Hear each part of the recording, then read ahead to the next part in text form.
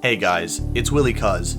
In early this September 2023, I took a trip to Iceland with some of my oldest friends from Boy Scouts. We were only there for 5 days, including the days we arrived and departed, but we were still able to see most of the southern half of the landmass thanks to the Golden Circle Highway.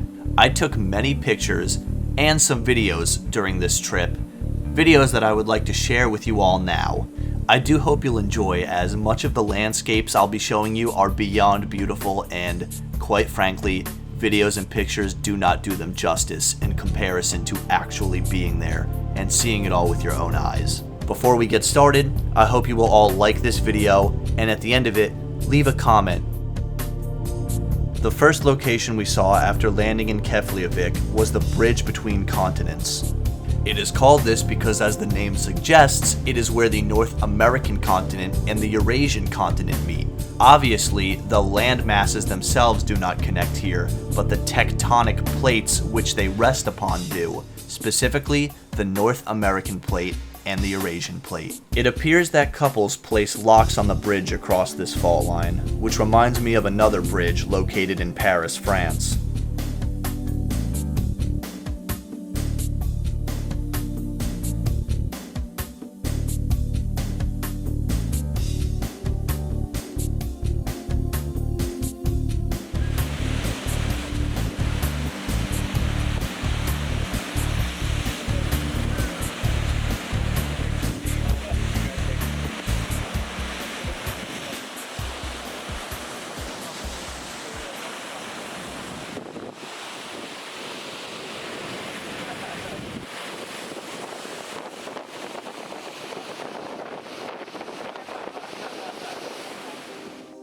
Even caught a glimpse of B-2 bombers flying over. This area we were in was labeled as a lava pool, but to our disappointment, we did not see any lava.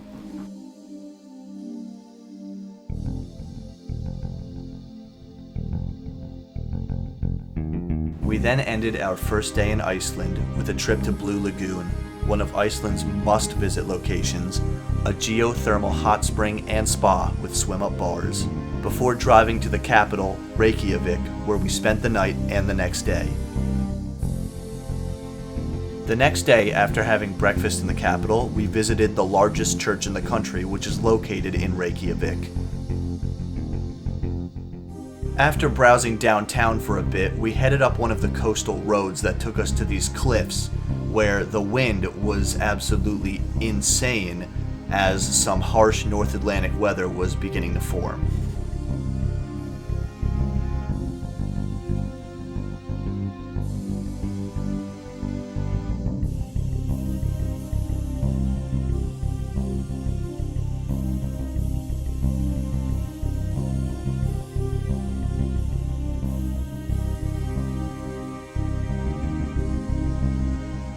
We saw some natural hot springs and geysers along the road, though unfortunately I did not witness any eruptions.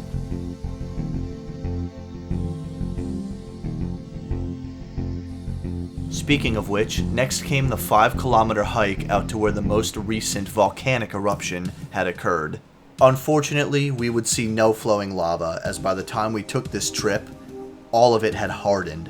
However, it was still hot in some places, and you'll see it smoldering.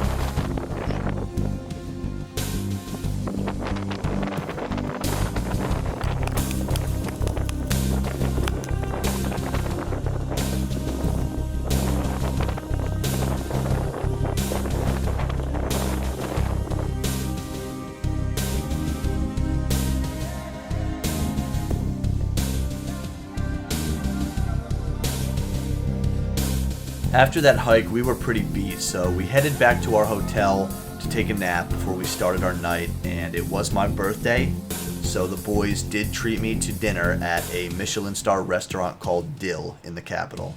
I sped up a recording of us driving down these cliffside roads so you guys could get a real idea of how crazy some of this stuff looked.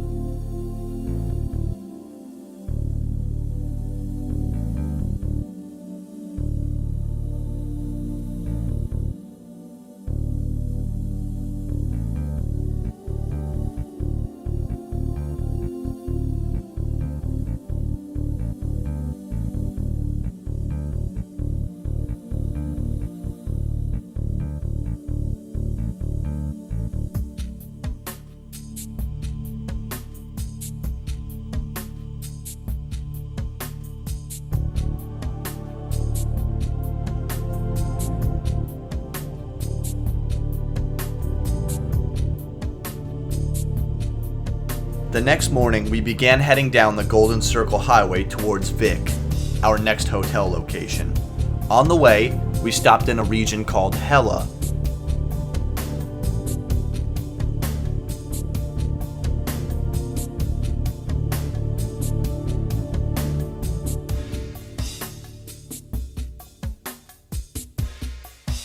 It was here that we came across the Hela Caves, which had a tour being run by local farmers that own these lands. They believe that these ancient caves, which have been since used for livestock and storage, hold evidence that contests the idea that Vikings were the original settlers of Iceland. Right, guys, so in the farmer's time, this will all be filled with sheep. I can't see. It's better over here. Who that possibly Iceland? What do you think for Iceland?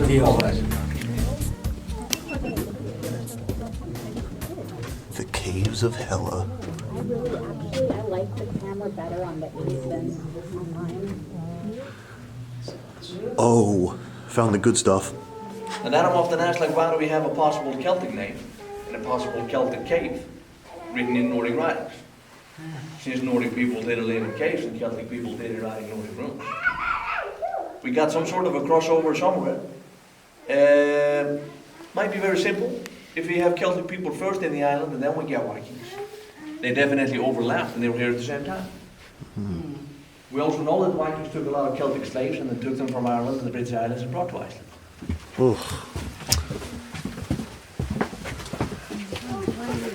She's a big one. Yeah.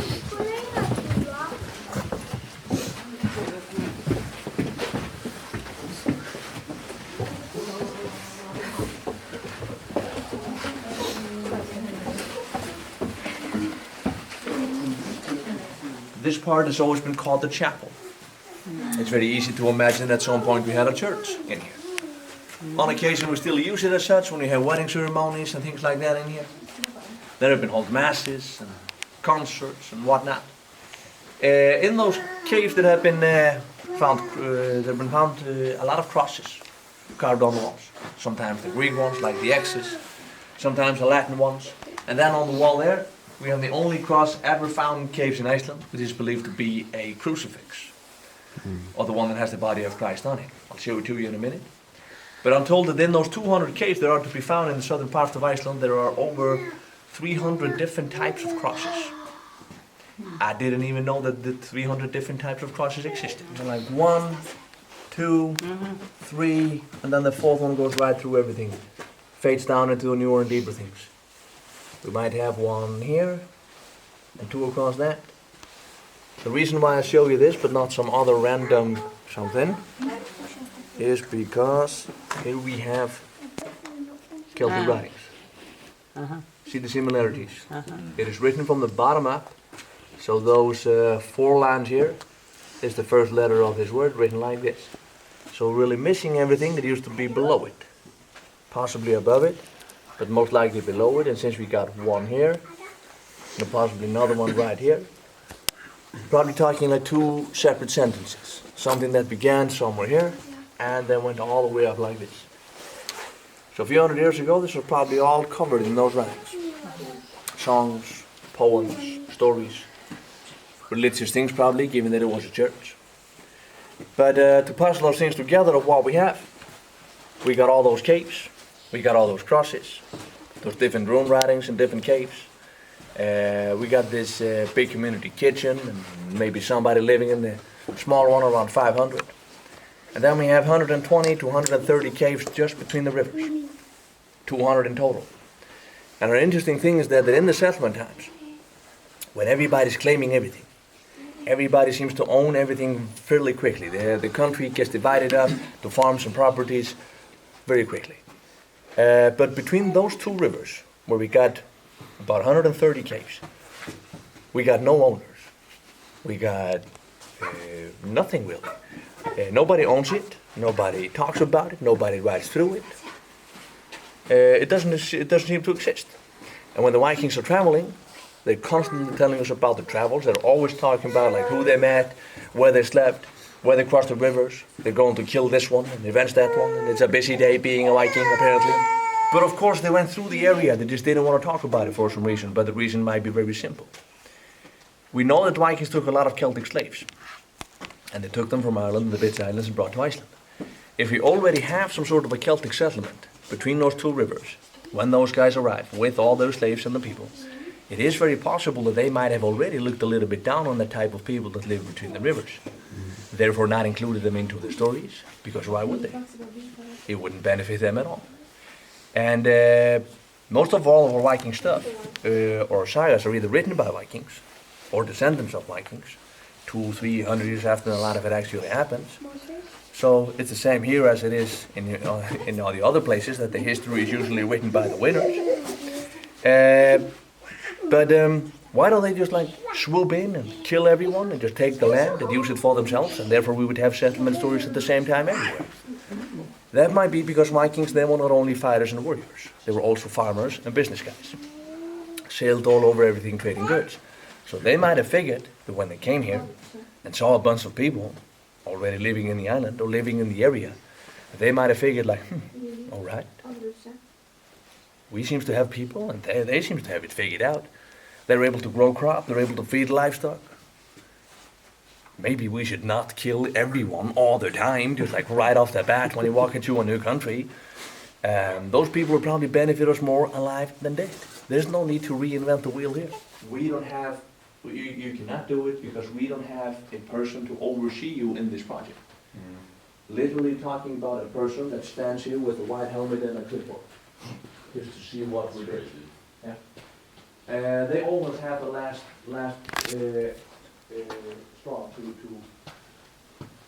say yes or no.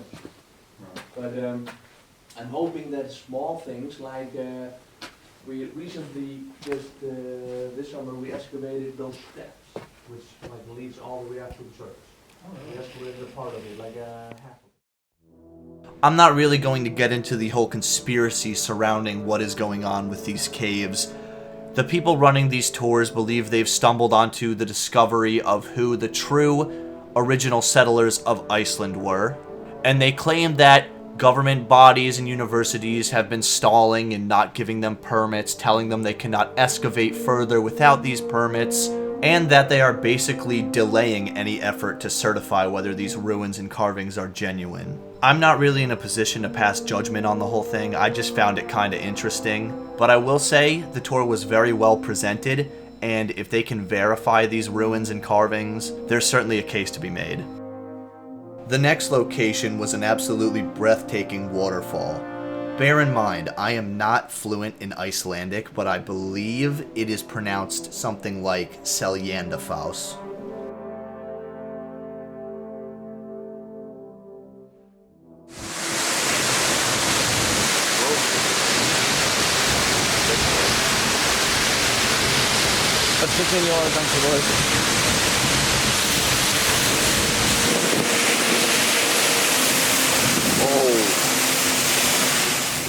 There was another somewhat hidden and even more breathtaking waterfall called Gljúfur. It was locations like this that left me completely speechless. I almost couldn't believe that what I was seeing was actually real. Aside from in movies and video games, I had never seen landscapes like this before. It was a surreal experience, and these photos just cannot compare to being there in person. We then arrived at the Black Sand Suites outside of Vik, where we rested for the night and prepared for the next day, which was supposed to involve glacier climbing. Unfortunately, due to unpredictable and harsh weather conditions, the company we booked with had to cancel. Had the decision been up to us, we definitely would have sent it, but there's no way we were climbing up that glacier without a guide or the proper equipment. But we found other things to do instead, like visiting the Black Sand Beach at Vikerfjara.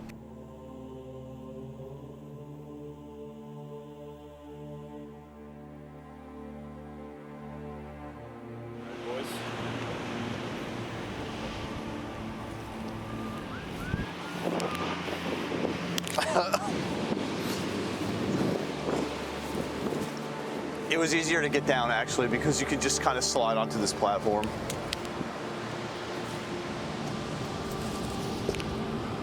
Do that. Quick slide. Yep.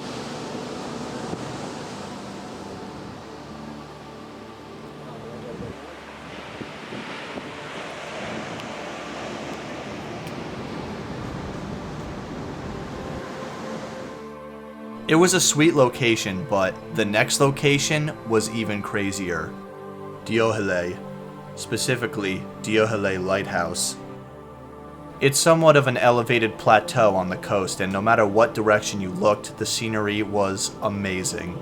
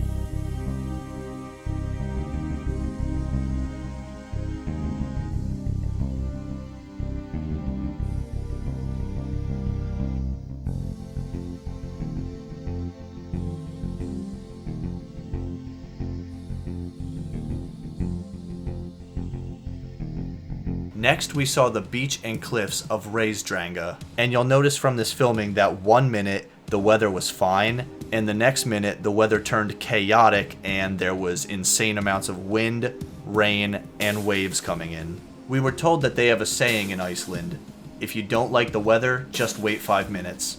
And that was absolutely true, because the weather was completely unpredictable the entire time we were there.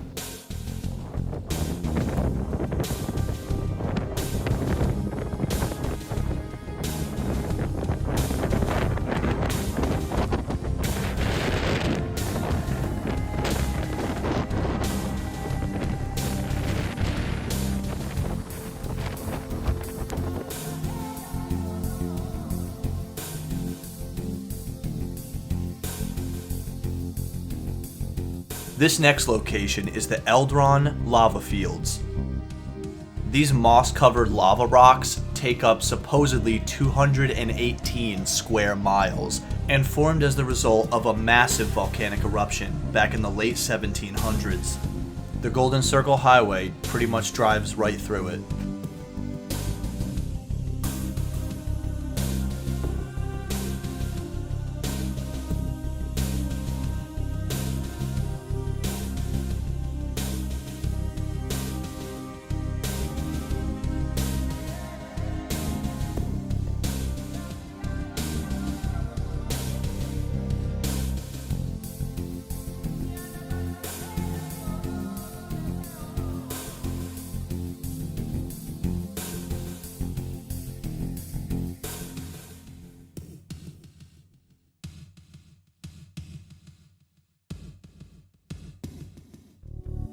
Thanks to all the on and off rainstorms, we were actually treated to quite a marvelous sight as a full rainbow complete arch appeared right before our eyes.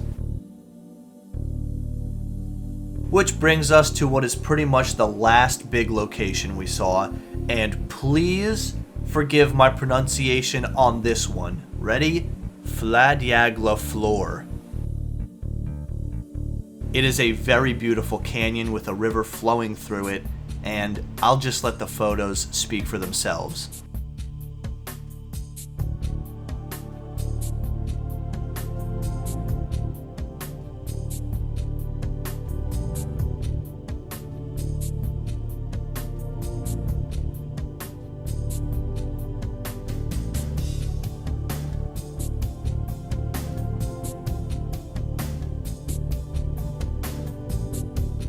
On the last day, we did stop at Skafos, which is one of Iceland's most iconic waterfalls. We just didn't have the time to hang around and take too many photos because we had to get to the airport and catch our flight. And the final thing we did in Iceland before boarding that flight was visit the Reykjavík Maritime Museum. We did this because, knowing me, of course I tracked down Iceland's one and only museum warship. Iceland's official military is actually only a coast guard, which is not surprising considering their geography. And the ICGV Odin is the oldest ship in their fleet. Of course, with my luck, and to my great disappointment, the vessel was closed that day and we were not able to go on board. And that was my 2023 trip to Iceland. I hope you guys enjoyed the video. Be sure to like, comment, and subscribe for more. I'll catch you guys on the flip side.